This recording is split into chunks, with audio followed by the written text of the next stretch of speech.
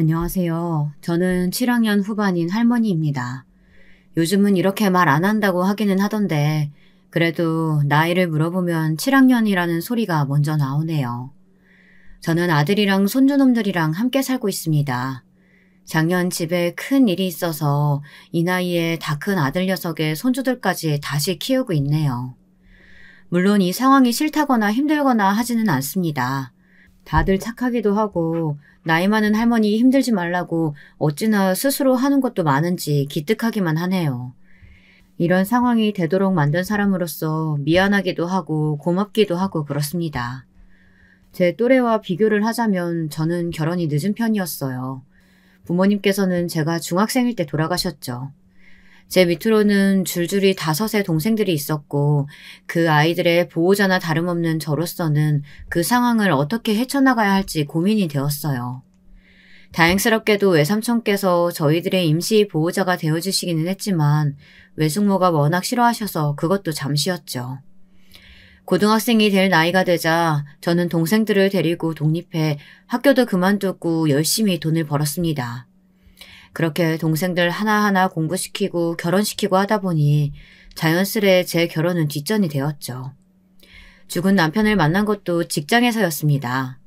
아내가 일찍 세상을 떠났다던 남편은 동생들만 챙기는 저를 안쓰럽게 생각하고 많이 도와주었어요. 그러다가 마음이 통했고 결혼을 하게 되었죠. 남편에게는 중학생 딸이 하나 있었는데 걱정했던 것에 비해 너무나도 살갑게 저를 받아들여줬어요. 그리고 결혼 1년 만에 아들이 태어났죠. 늦게 얻은 자식이라 남편도 많이 이뻐했고요. 딸아이도 남동생이 생긴 것이 신기한지 한시도 곁에서 떨어지려 하지 않았답니다. 그렇게 사랑받은 아들은 가족을 끔찍하게 아끼는 남자로 자랐습니다. 딸아이가 너무 효자라서 여자한테 인기가 없을 것 같다고 걱정할 정도였죠. 저 역시도 듣는 소리가 있다 보니 진짜 이러다 우리 아들 결혼도 못하면 어떻게 하나 싶더라고요. 하지만 그것은 저의 기우였어요. 몇 번의 연애를 하고 아들은 결혼할 여자가 생겼다는 소리까지 꺼냈죠. 저희 가족들은 뛸 듯이 기뻐했습니다. 새로운 가족이 생긴다는 기대감으로 저도 딸아이도 들떠있을 정도였죠. 하지만 그 새로운 가족은 저희에게 재앙이나 다름없었습니다. 기울어도 한쪽이 너무 기울어진 혼사였어요. 부장님이 중간에서 다리를 놓았다고 하는데 상대가 무려 부사장님의 딸이라고 하더군요. 저는 솔직히 처음부터 반대를 했습니다. 그런 집에서 뭐가 아쉬워서 우리 같은 사람들을 사돈으로 받아주겠나 싶은 생각이 제일 먼저 들었거든요. 여러분, 생각을 한번 해보세요. 부족한 것 없는 사람들이 가진 것 하나 없는 집안과 사돈을 맺을 이유가 뭐가 있겠어요. 당연히 제 눈에는 아들이 최고지만 그것만으로 결혼을 승낙할 것이라고는 조금도 생각할 수 없었습니다. 그런데 아들은 뭐가 그렇게 좋은지 죽어라 결혼을 하겠다고 하더군요. 세상에 자식 이기는 부모가 어디 있겠습니까? 결국 아들이 원하는 대로 결혼을 진행했죠. 그런데 생각보다는 그렇게 유난스럽지 않더라고요. 우리 쪽을 배려한 것인지 예식도 소규모로 하자고 하시고 예물이나 예단에 대한 부담도 딱히 없었습니다. 처음에 사돈댁에서는 저희 아들을 대릴 사이로 생각하셨다고 하더군요. 그런데 그것도 아들이 강력하게 반발하자 쏙 들어갔고요. 거기다 결혼 준비를 하면서 어머님 불러가며 얼마나 다정하고 애교스러운지 저는 괜히 눈에 색안경을 끼고 본 것은 아닌가 싶어 며느리에게 미안한 마음마저 들었어요.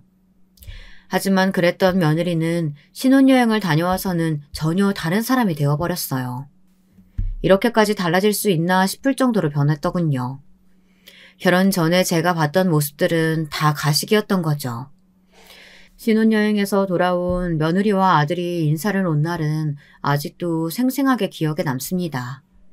저는 집을 쓸고 닦고 아들 내외가 하룻밤 지내고 갈 방을 깨끗하게 정리했죠. 그때까지만 해도 기분이 좋았습니다. 하지만 시간이 지나도 애들한테 연락이 없더라고요. 늦은 오후가 되자 아들과 며느리가 왔죠. 아들은 밝게 웃으면서 신혼여행에서의 일을 이야기해 주더군요. 아들의 행복해 보이는 모습에 저 역시도 가라앉았던 기분이 좋아졌습니다. 문제는 저녁을 먹은 이후였습니다.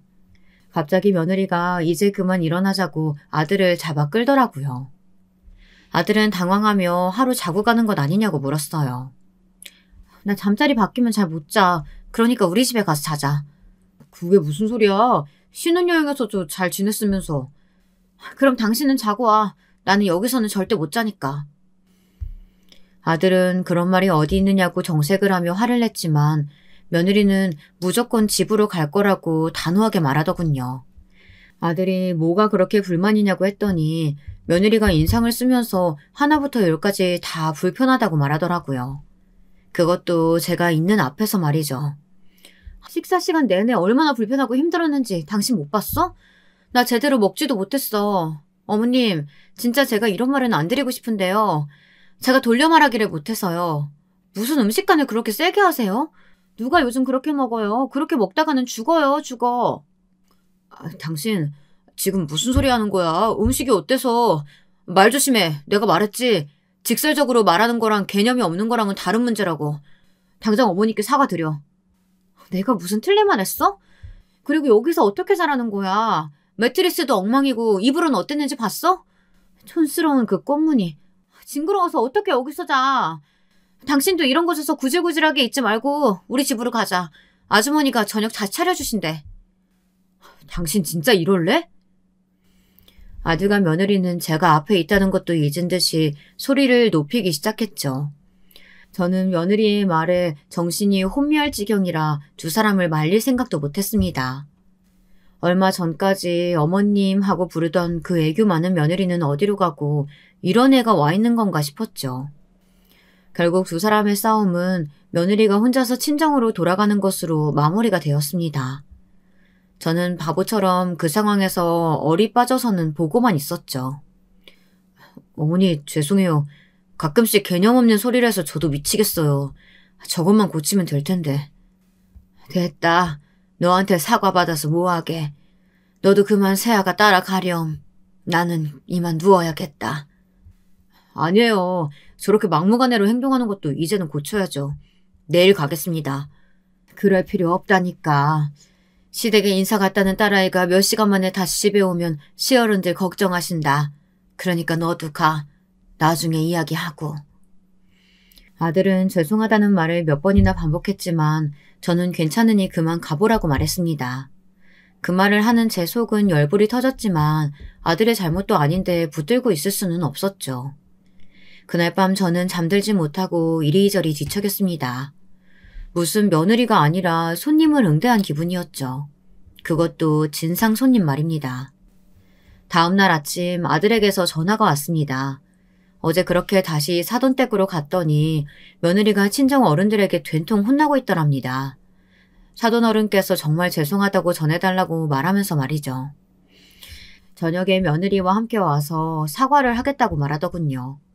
저는 그래도 사돈 어른들이 며느리 편을 들지 않았다는 사실에서 약간의 안도감을 느꼈습니다. 만약 며느리 편을 들었더라면 앞으로 아들의 결혼 생활이 손에 잡힐 것처럼 생생하게 상상이 되더군요. 저녁에 집으로 다시 돌아온 며느리는 죄송하다는 말을 꺼냈어요. 그런데 그 모습이 마지못해 하는 것처럼 보였습니다. 여전히 자신이 뭘 잘못했는지 모르는 눈치였죠. 아니 자신의 잘못은 없다고 생각하는 것 같았습니다. 다만 집에서 어른들이 화내고 아들 녀석이 큰 소리를 내다 보니 그냥 사과하고 넘어가자 딱 그런 인상이었죠. 제가 이미 며느리를 삐뚤게 보고 있어서 그런 느낌이 들었는지는 모르겠습니다. 하지만 얼마 되지 않아 제 생각이 맞았다는 것을 알 수 있었습니다. 그 사건이 터지고 한두 달은 조용히 지나갔습니다. 아들은 회사 일로 정신없이 바쁘다고 하더군요. 저는 바쁜데 뭐하러 이렇게 자주 전화를 하느냐며 괜찮다고 했지만 아들은 하루 걸러 한 번은 꼬박꼬박 전화를 주었답니다. 그러던 어느 날이었어요. 갑자기 집으로 택배가 쉬지 않고 들이닥치더라고요. 제가 시킨 것도 아닌데 말입니다. 저는 누가 장난을 치는 줄 알았어요. 뉴스를 보면 모르는 사람 집으로 이것저것 막 보내는 사람이 있잖아요. 그 물건들 사이에 좋지 못한 것들이 섞여 있기도 하고요. 그런데 보내는 사람이 모두 며느리더군요. 저는 이게 무슨 일인가 싶어서 며느리에게 전화를 걸었습니다. 이게 다 뭐니? 도대체 뭘 이렇게 많이 보낸 거야? 도착했어요, 어머님. 그럼 제가 갈 테니까 그냥 입구에 두세요. 사람 보낼게요. 며느리는 자신이 할 말만 하고는 바로 전화를 끊었죠. 저는 입구를 막은 수많은 택배 상자를 돌아보면서 머리가 지끈거리더군요. 그 중에는 꽤나 큰 녀석들도 있었습니다. 겉에 상자를 보니 살림살이들이 대부분인 것 같았습니다. 그런데 이 많은 것들을 왜 집으로 보냈는지 아무리 생각해도 이해가 되지 않더라고요. 1시간도 지나지 않아서 며느리가 사람들을 데리고 왔더군요. 처음에는 인사를 하는 둥 마는 둥 하고는 사람들을 시켜 택배를 뜯고 아들이 쓰던 방으로 가져다 두라고 했죠. 그리고는 아들 방에 있던 것들을 싹 다 밖으로 내보내더라고요. 그중에는 죽은 남편이 아들을 위해 만들어준 스탠드도 있었고요. 저는 급하게 스탠드를 빼앗아 들고는 이게 지금 무슨 행동이냐고 물었습니다. 물론 제 목소리에는 날이 서 있을 수밖에 없었고요. 보시는 대로예요. 그 방 좀 정리하려고요. 여기에 올 때마다 저번 같은 일을 만들 수는 없잖아요. 그러니까 제 입맛대로 좀 바꿔보려고요. 특히 그 스탠드 진짜 구역질 날 정도로 낡았잖아요. 그런 걸 왜 두고 있는지 정말 이해할 수가 없다니까. 구역질? 지금 이게 무슨 물건인지 알고는 하는 말이냐? 스탠드가 스탠드지 거기에 무슨 의미까지 부여해요. 어머니, 자고로 사람이든 물건이든 쓸모가 있느냐 없느냐로 그 가치가 정해지는 거라고요. 여기 어머님 안고 계신 거 빨리 다 내다 버려. 며느리에게 지시를 받은 사람이 다가오기에 저는 그 손을 쳐내고는 며느리에게 이야기를 좀 하자고 했습니다. 사람들 앞에서 언성을 높이고 싶은 마음이 조금도 없었거든요. 며느리에게 그런 것이 먹혀 들어갈 것 같지도 않았고요. 며느리는 인상을 찡그리더니 알겠다고 말하고는 사람들을 밖으로 내보냈죠. 저는 흥분하지 않으려고 조심하면서 이야기를 꺼냈습니다. 불편한 거 많아서 바꾸고 싶어하는 네 마음은 이해한다. 익숙한 것이 좋으니까 바꾸고 싶겠지. 그런데 이렇게 하는 거 네 남편은 알고 있니? 이야기는 하고 온 거야? 고작 이런 것도 이야기해야 돼요? 그냥 제가 하고 싶으면 하는 거죠. 그이한테는 다 끝나고 이야기하면 되죠, 어머님. 그래, 그럼 그 부분은 두 사람 문제니까 알아서 하고. 이 스탠드는 죽은 너희 시아버지가 네 남편한테 만들어준 물건이야. 네 남편이 이걸 얼마나 애지중지하는지 알고는 있니? 아버지가 남겨준 유일한 것이라고 작동도 안 되는 걸 지금까지 가지고 있었어. 신혼집 완성되면 가져간다고 보관하고 있었던 거고. 몰랐니? 이런 걸 집으로 가져온다고요? 세상에 미쳤나 봐. 며느리는 제 설명이 들리지도 않는지 이렇게 낡은 물건을 어떻게 자신들의 신혼집에 들여올 수 있느냐고 열변을 토하더라고요. 뒷목이 뻣뻣해지는 것이 느껴졌지만 저는 참을성 있게 물었습니다. 이렇게 의미 있는 것을 낡았다고 버릴 수 있겠느냐고요. 그런데 제 질문에 며느리의 답변이 정말 가관이더군요. 어머님, 그런 사소한 것에 미련두면 큰일 못해요. 앞으로 그 일 점점 날개 달고 올라가야 하는데 고작 감성놀이나 할 시간이 어디 있어요. 어머니도 괜히 그 이 앞에서 그런 말씀 하지 마세요. 저도 단단히 단속할 테니까요. 너한테는 죽은 시아버지 유품이 고작이란 말이냐? 됐다. 다 필요 없으니까 가져온 것들 다 가지고 썩 나가라. 여기 오고 싶지 않으면 올 필요도 없어. 누가 와달라고 했어? 당장 나가! 어머니, 이성적으로 생각하세요. 제가 틀린 말 한 것도 아니잖아요. 당장 들고 다 나가라니까! 며느리는 이해할 수 없다는 표정으로 계속해서 뭐라고 말을 했지만 제 귀에는 더 이상 들리지 않았습니다. 저는 소금까지 가지고 나와서 한 바가지 뿌리기 전에 나가라고 소리를 질렀죠. 며느리는 어처구니 없다는 표정으로 나가더군요. 그 와중에 또 택배는 그대로 두고 나가는 것이 화가 나서 저는 가진 힘을 다 동원해 밖으로 내보냈습니다. 며느리가 가고 나서도 화가 가라앉지 않았던 저는 숨을 몰아쉬며 소파에 몸을 기대고 누웠어요. 머리가 지끈거리더군요. 그날 일은 아들에게 말하지 않았습니다. 제 입에 올리기도 부끄러웠거든요. 며느리도 딱히 이야기를 하지 않은 모양이더라고요. 다만 며칠 뒤에 아들이 스탠드를 가져가겠다고 왔을 때 차마 그 손에 넘겨줄 수 없어 나 죽고 나면 그때 가져가라고 하면서 거절했을 뿐입니다. 그 뒤로 저와 며느리 사이는 냉랭했습니다. 정확히 말하면 저만 그렇게 느꼈을 거예요. 며느리는 아무 일도 없었던 사람처럼 행동했거든요. 저는 그날의 일을 잊을 수 없었는데 며느리는 벌써 싹 다 잊은 모양이었죠. 몇 달의 시간을 그렇게 보냈습니다. 저는 아들 내외가 집에 온다고 하면 됐다고 밖에서 보자고 하거나 피곤하니 오지 말라고 하면서 며느리와 부딪히는 시간을 가지지 않으려고 노력했어요. 그러던 어느 날이었죠. 꽤나 추운 겨울날이었습니다. 문화센터에서 함께 사군자를 배우는 친구들끼리 전시회를 갔다가 저녁까지 먹고 집에 돌아오는 길이었어요. 빙판길에서 중심을 제대로 잡지 못한 제가 그만 크게 다치는 사고가 있었습니다. 넘어지면서 팔을 잘못하는 바람에 팔이 부러지고 말았죠. 거기다 인대까지 늘어다 움직일 수가 없는 상황이었습니다. 구급차를 불러 병원으로 가면서 같이 있던 친구가 아들에게 전화를 걸었더라고요. 곧 아들이 놀란 얼굴을 하고 병원으로 달려왔습니다. 그런데 아들의 복장이 평소와는 조금 달라 보였어요. 목에는 타이까지 해서는 고급스러운 정장으로 한껏 멋을 부렸더군요. 거기다 함께 온 며느리의 모습까지 보고 나니 무슨 파티가 있었던 모양이구나 싶었어요. 이게 다 무슨 일이에요? 어머니, 많이 다치셨어요? 머리를 부딪힌 건 아니고요? 그냥 좀 넘어졌어. 뭐하러 여기까지 와. 너희 누나 오면 되는데. 어머니 다치셨다는데 어떻게 안 와요? 정말 괜찮으신 거 맞아요? 사진이라도 좀 찍어봐야 하는 거 아니에요? 의사 선생님께서 괜찮다고 하셨으니까 너무 걱정하지 말고.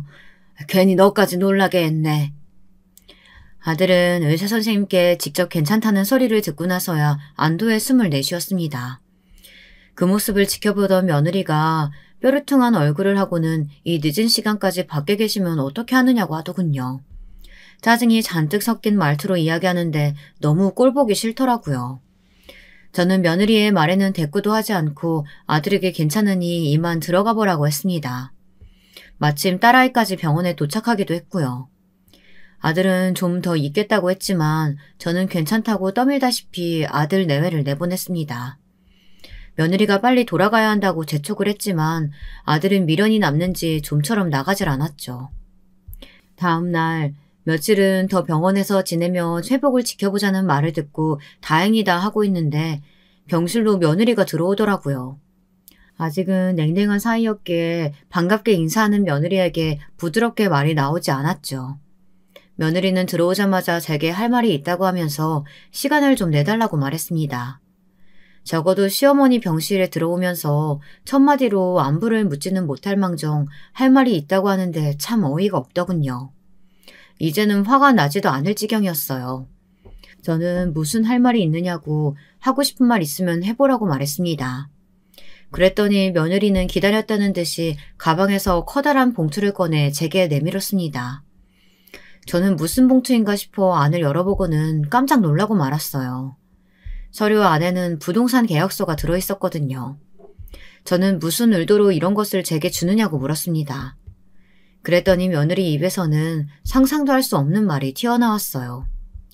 어머님 연세도 있으신데 공기 좋은 곳으로 이사 가시는 거는 어때요? 딱히 하시는 일이 있는 것도 아닌데 여기 있으나 고향으로 가시나 큰 차이도 없으시잖아요. 어머니 고향으로 가신다고 하면 집이라도 제가 하나 해드릴게요. 알아보니까 얼마 하지도 않더라고요. 섭섭지 않은 크기로 해드릴게요. 원하신다면 가정부 두셔도 좋고요. 지금 나더러 아예 눈앞에서 사라져라 그런 의미냐? 내가 왜 그래야 하는데? 어머니 저한테 자격지심이라도 있으세요? 제가 좋은 의도로 이야기했는데 왜 그렇게 나를 세우고 반응하세요? 그리고 어디 이게 저조차고 하는 일인 줄 알아요? 다 그이 좋으라고 하는 말이죠. 며느리는 아들을 위해서라고 하는데 제가 이사를 가는 것과 아들과 무슨 연관성이 있는지 저는 조금도 이해할 수가 없었습니다. 제가 답을 안 하고 있자 며느리는 한숨을 내쉬며 어젯밤의 일을 이야기하더군요. 어제 며느리와 아들은 본사에서 온 사람들과 함께 파티를 즐기고 있었다고 하더라고요. 사돈어른이 워낙 아들을 예뻐하시는 터라 데리고 다니면서 사람들에게 인사를 시키고 있었는데 제가 다쳤다는 소리에 뒤도 돌아보지 않고 파티장을 빠져나왔다고 하면서 며느리는 원망 섞인 얼굴로 저를 바라보았어요. 그 기회가 쉽게 오는 것도 아닌데 제가 다 망쳤다고 하면서 점점 짜증을 내기 시작했죠. 그러게 나이도 있으신 분이 늦은 시간에 밖에는 왜 다니시는데요? 그렇게 다니실 거면 택시라도 타시던가요. 뭐하러 걸어 다니시다가 이사단을 만드세요? 아니 크게 다친 것도 아니라는데 하필 그 타이밍에 그이한테 연락을 하셔서는. 어제 어머님 때문에 그이가 얼마나 좋은 기회 날렸는지 아시냐고요. 그런 일이 있었는지 내가 사전에 알고 있었던 것도 아닌데 그게 왜 내 탓이니? 어머니가 알고 계셨든 모르고 계셨든 결국 그이 앞길을 막고 계시잖아요. 얼마나 중요한 자리인데요. 그이가 앞으로 아버지 뒤 이으려면 꼭 필요한 자리였다고요. 그런 자리를 제 발로 차고 나왔는데 어떻게 어머님은 미안하다는 생각을 못하세요? 어머니 손으로 자식 앞길 망치셨으면 염치라도 있으셔야죠. 거듭되는 며느리의 말에 저는 할 말이 없었습니다. 물론 제가 다치고 싶어서 다친 것도 아니지 않습니까? 따지고 들면 제 탓이라고 할 수도 없지만 아들이 중요한 자리를 박차고 나왔다는데 마음이 편할 리가 없었죠. 며느리는 제가 아무 말도 못하고 있자 자신이 알아서 이사 준비를 할 테니 퇴원하면 바로 옮기라고 말하고는 자리에서 일어났습니다. 저는 고향으로 돌아가는 문제는 제가 알아서 하겠다고 했어요. 며느리는 그렇게까지 자신을 나쁜 사람으로 만들고 싶냐고 하면서 줄 때 받으라고 하더군요. 저는 더 이상 며느리와 마주하고 싶은 생각이 사라져 그만 나가라고 말했습니다. 며느리는 빨리 결정하라고 하고는 나가버렸죠. 병실에 혼자 남은 저는 눈물이 났습니다. 며느리한테 저런 소리까지 들어야 하나 싶기도 하고 아들이 저 때문에 중요한 자리를 끝까지 못 지켰다는 사실에 미안한 마음도 들었죠. 저는 딸아이에게 전화를 걸어 고향으로 내려가고 싶다고 말했어요. 딸아이는 시골에 가서 어떻게 살려고 마음에도 없는 그런 소리를 하느냐고 하더군요. 마음 같아서는 며느리와 있었던 일을 다 이야기하고 싶었지만 결국에는 제 얼굴에 침 뱉기나 다름없겠거니 싶어 말을 아꼈습니다. 그저 죽은 너희 아버지에게 가까이 있고 싶다는 말만 했죠. 딸아이는 제가 그렇게 말하면 반대할 명분이 없지 않느냐고 투덜거리더니 자신이 알아보겠다고 하더군요. 저는 무거운 마음으로 고향으로 내려갔습니다. 며느리가 준비해줬다는 것들은 단 하나도 건들지 않았고요. 아들은 몸이 불편한데 어디 가느냐고 잡았지만 저는 고집스럽게 내려가겠다고 말했어요. 어머니, 인프라도 제대로 되어 있지 않은 곳에 왜 가신다고 그래요? 그러지 마시고. 여보, 아버님 가까이 있고 싶으시다잖아요. 그럼 마음 헤아려 드리자고요, 우리가. 며느리는 가증스럽게 아들을 위로하며 부드럽게 말했습니다. 어찌나 자연스럽게 가증을 떠는지 차라리 배우를 했어도 성공을 했겠다 싶더군요. 며느리는 아들에게 자주 사람을 보내 제 생활에 불편함이 없도록 하겠다는 말로 아들을 달래고는 저를 바라보았습니다. 저는 1분 1초도 며느리와 시선을 맞추고 싶지 않아 아직 완벽하게 낫지도 않은 몸으로 딸아이의 차례에 올라타고서는 밖으로 눈길 한 번 주지 않았어요. 그렇게 자의반 타의반으로 고향에 돌아온 저는 한동안 마음이 힘들었습니다. 며느리의 말이 머릿속에서 떠나지를 않았거든요. 그래도 시간이 약이거니 하고 오랜만에 돌아온 고향에서 조금씩 기운을 차리고 있었죠. 며느리 말이 틀린 것은 아니었는지 제가 고향으로 내려오고 나서 얼마 지나지 않아 아들이 승진을 했다는 소식을 들었습니다. 동기 중에서는 독보적이라고 하더군요. 운이 트였기 때문에 앞으로 더 잘 될 것이라고 말하는 며느리를 보면서 저는 뭐라 할 말이 없었습니다. 아들이야 그 말의 의도가 무엇인지 모르고 있었겠지만 저는 정확하게 알고 있었기 때문이죠. 저와 며느리의 사이는 이제 손 쓸 수 없을 만큼 멀어져 갔습니다. 그랬던 저희 둘이 결국 파국으로까지 가게 된 것이 바로 작년의 일 때문이었어요. 첫 시작은 아들이 제게 건강검진을 받아보는 것이 어떻겠느냐고 권하면서부터였습니다. 저는 아픈 것도 없는데 무슨 건강검진을 받는다고 하냐며 괜찮다고 했지만 아들은 이번이야말로 꼭 받게 하겠다고 하더니 병원 예약까지 잡았더라고요. 딸아이도 계속 미루지 말고 받아보라고 성하기에 못 이기는 척 올라왔죠. 아니 무슨 검사할 것이 그렇게나 많은지 건강검진이 끝나기도 전에 기운이 없어 쓰러지겠더라고요.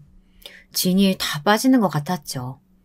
겨우 검사를 끝내고 다시 고향으로 내려가려는데 이번에는 딸아이가 며칠만이라도 좀 있다 가는 것이 어떻겠느냐고 잡더라고요. 최근 가게를 재오픈했는데 저더러 구경도 할 겸 자기랑 있자고 말이죠. 저야 오랜만에 딸아이 얼굴도 보고 하니 좋아서 그렇게 하겠다고 했습니다. 처음에는 일주일이었는데 어느새 한 달이라는 시간이 지나갔어요.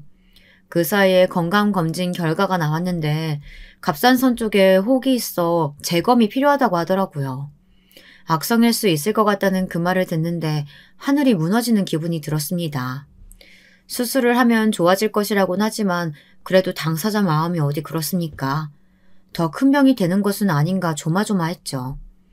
사돈댁에서도 이런 제 사정을 듣고는 빠르게 수술을 받을 수 있도록 편의를 봐주셔서 다행히 수술은 잘 끝났습니다. 문제는 수술 이후 회복하는 과정에서 일어났습니다.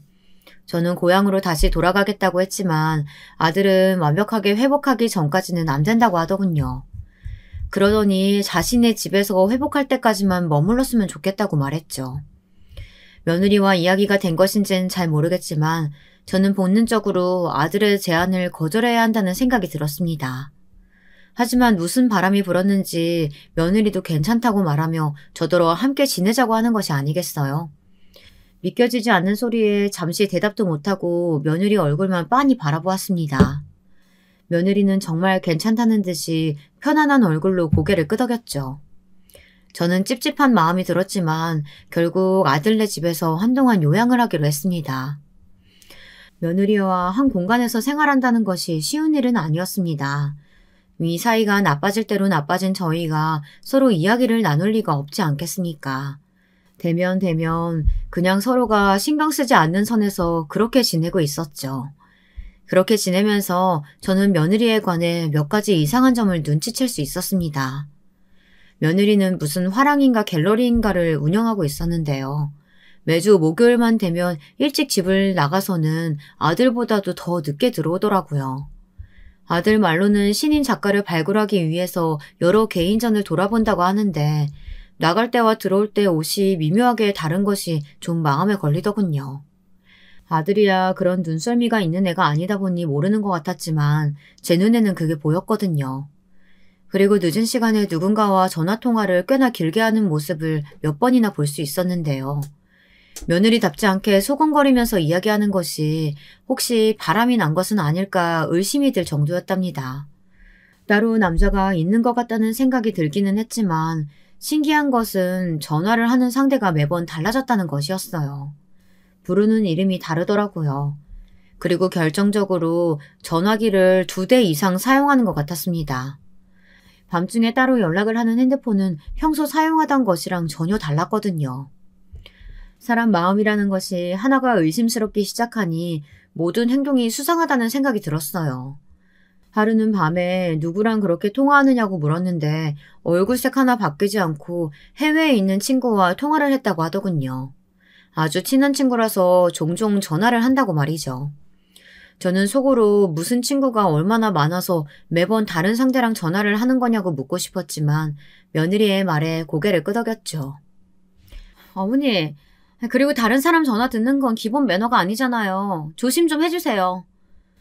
내가 전화를 들었다 그랬니? 그냥 물 마시러 나왔는데 그때마다 네가 전화하기에 뭔가 싶어서 물어본 것뿐이다. 며느리는 어쨌든 주의를 하라고 말하고는 방으로 쏙 들어가 버렸죠. 저는 찝찝함을 애써 삼키면서 그 일은 기억 저편에 묻어버렸답니다. 대부분의 시간을 집에서만 보내다 보니 하루가 참 길더라고요. 그러다 집안일을 봐주는 가정부와 종종 이야기 나눌 기회가 있었는데 아주머니가 어찌나 유쾌한지 이야기를 하고 있으면 웃음이 끊이지 않았죠. 그날도 주방에서 아주머니와 이런저런 이야기를 하고 있었는데 갑자기 제게 먹고 싶은 음식은 없느냐고 묻더라고요. 이 집 사모님은 음식이 엄청 까다롭거든요. 매번 먹고 싶은 것이 얼마나 많은지 그렇다고 만들어두면 몇 젓가락 들지도 않을 거면서 해달라는 건 엄청 많고 하여튼 손이 참 많이 간다니까요. 그런데 여사님은 어떻게 한 번도 먹고 싶다는 말씀을 안 하세요? 뭐 드시고 싶은 건 없으세요? 원래 몸 편찮으실 때 드시고 싶은 거 드셔야 빨리 낫는다잖아요.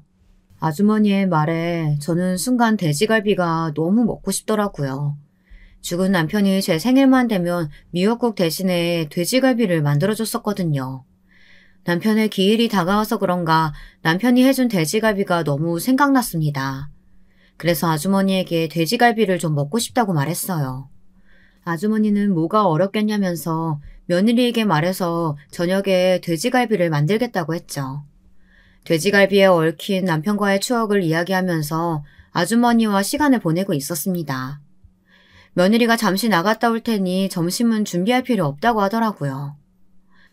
사모님, 오늘 저녁에 돼지갈비를 좀 할까 하는데요. 여사님께서 드시고 싶다고 하셔서요.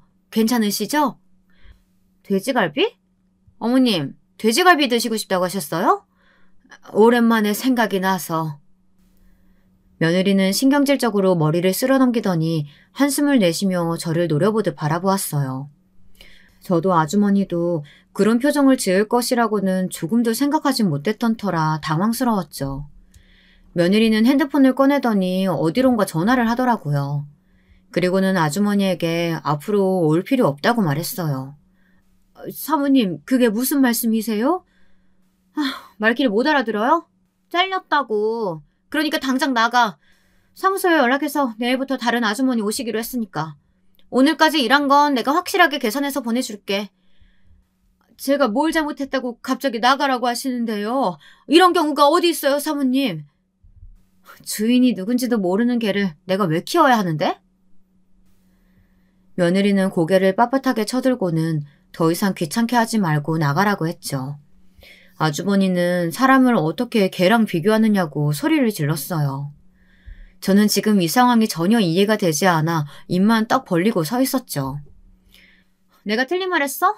누구한테 고개 숙여야 할지도 모르고 나대는데 내가 내 돈 주고 일 시킬 이유가 없잖아. 그리고 어머님, 돼지갈비라뇨. 어머님이 집에서 하시는 일이 뭐가 있다고 고기를 먹고 싶단 소리라세요? 뭐? 지금 너 나이를 그만큼 먹었으면 염치라는 것도 좀 알고 그래야 되는 거 아니에요? 제가 이만큼 양보해서 저희 집에서 지내게 해줬으면 죽은 듯이 지내던가. 진짜 내가 어머니 보면서 무슨 생각하는지 알아요? 나는 절대로 나이 들면 저렇게 추하게 늙지는 말아야지. 딱 그 생각밖에 안 든다고요. 진짜 이게 뭐예요? 중요한 일 하러 나가야 되는데 나가기 전부터 기분 잡치게. 아우 짜증나. 너는 도대체 나를 뭐라고 알고 있는 거냐? 어머님이라고 부르기만 하지 내가 어른이라는 자각은 있는 거냐? 내가 네 시어머니야. 도대체 어른한테 할 말이 있고 못할 말이 있지. 어디서 그런 배워먹지 못한 소리를 해? 너희 친정에서는 그렇게 가르치디? 며느리는 제 말에 눈을 뾰족하게 뜨더니 어디서 자신의 부모를 욕하느냐며 이렇게 편하게 사는 것이 누구 덕인데 부끄러움도 모르냐고 소리를 질렀죠. 저는 당장이라도 며느리의 뺨을 한 대 쳐올리고 싶었지만 눌러 참았습니다. 왜요? 한 대 치시게요? 이래서 못 배운 인간들하고는 상종하지 말라는 거지. 야만적이게 손부터 올리려고. 어떻게 이런 집구성에서 그이 같은 사람이 태어난 건지 알 수가 없다니까. 어머니, 제가 이 정도 대우해드릴 때 얌전하게 지내세요. 자식 앞길 막는 걸로도 모자라서 이제는 똥인지 된장인지 구분도 못한다는 소리까지 듣지 마시고요. 돼지갈비 같은 소리 하고 있네. 며느리는 아주머니에게 빨리 자기 집에서 꺼지라고 말하고는 그대로 저를 지나쳐 나가버렸습니다. 한동안은 침묵이 흘렀습니다. 저도 모르게 다리에 힘이 풀려 주저앉고 말았죠. 어떻게 저런 인간 같지도 않은 것을 며느리로 들인 것인지 지난날 끝까지 반대하지 못했던 제 자신이 너무나도 한심스러웠습니다. 아주머니는 제게 괜찮냐며 정신을 좀 차려보라고 했지만 제 귀에는 윙윙거리는 소리만이 들릴 뿐이었죠. 아주머니는 하얗게 질린 저의 얼굴에 많이 놀랐는지 제 손발을 만져주면서 정신을 차려야 한다고 몇 번이나 외쳤습니다. 그때를 다시 생각해보면 제가 정신을 놓지 않을 수 있었던 건 다 그 아주머니의 노력이 아니었나 싶더라고요. 저는 아주머니에게 괜히 불똥이 튀었다고 말하며 미안하다고 했어요. 어차피 이 집 사모님, 저희 사무실 블랙리스트라서 저도 그만둘 기회만 보고 있었어요. 아휴, 그나저나 저는 두 번 다시 안 보면 그만이라지만 여사님은 어떻게 하시려고요? 계속 계셔도 되겠어요? 저도 이대로는 못 참겠네요. 제가 아는 모든 수를 동원해서 대가를 치르게 만들려고요. 늙었다고 아무것도 못할 줄 알았겠지만 두고 보면 알 겁니다. 저는 독하게 마음을 먹고 아주머니에게 그동안 고마웠다고 말했어요. 아주머니께서는 혹시나 도움이 필요하면 말하라고 하시면서 짐을 싸서 나갔죠. 저 역시 딸아이의 집으로 옮기기로 했고요. 딸아이는 이게 다 무슨 일이냐고 했지만 저는 대답하지 않았어요. 제 머릿속은 이미 며느리를 어떻게 처단해야 하나 그것만으로도 가득 찼었거든요. 다음 날 저는 과거 문화센터에서 알게 된 김군을 만나러 갔습니다. 약속 장소로 가니 꽤나 근사한 사무실이더군요. 김군은 저를 보자마자 허리를 푹 숙이며 오랜만이라고 인사를 했습니다. 문화센터에서 사군자를 배울 때 다 할머니, 할아버지였는데 유일하게 김군만 혼자만 청년이었어요. 인상이 험악해서 다들 꺼리는데 그 모습이 괜히 밟혀서 제가 옆에 앉혀두고 이것저것 가르쳤던 것이 인연이 되었죠. 부모도 없는 고아라기에 집에 초대해 집밥도 먹이고 그랬었거든요. 김군은 갑상선 수술을 했다고 들었는데 괜찮으시냐고 묻더군요. 도대체 그 소식은 어디서 들었는지 소문도 빠르다고 했더니 해맑게 웃으면서 창문을 가리키며 말했죠. 창문에는 큼지막하게 흥신소라는 글자가 적혀 있었어요. 그걸로 돈 벌어먹고 사는데 그럼 그 정도는 알고 있어야죠. 안 그래도 갑자기 고향으로 가셔서 섭섭했는데 이렇게 다시 뵙게 돼서 정말 다행입니다. 그런데 갑자기 무슨 일로 여기서 보자고 하셨어요? 제가 근처로 가도 되는데. 내가 일을 좀 부탁하려고. 부탁이라뇨. 할머니께서 해달라고 하면 제가 당연히 해야죠. 뭐든 말씀하세요. 저는 그동안 의심스럽게 생각하던 며느리의 행적에 대해 이야기하고는 뒤를 좀 캐달라고 말했습니다. 아무리 생각해도 아들 몰래 무언가를 하는 것 같았거든요. 그는 그런 일은 금방 해결된다고 말하며 빠른 시일 내에 조사해서 알려주겠다고 했죠. 그 말이 참 든든하게 느껴지더라고요. 아들은 갑자기 딸아이의 집으로 옮긴 것을 이상하게 생각했지만 저는 별 이유 없다고 말을 피했습니다. 며느리는 그 순간에도 자신이 불편하게 만들어서 그런 것 아니냐며 가증을 떨었어요. 하지만 그 모습에 더 이상 화가 나지도 않더라고요. 그저 진실을 밝혀내서 복수하겠다는 마음뿐이었죠.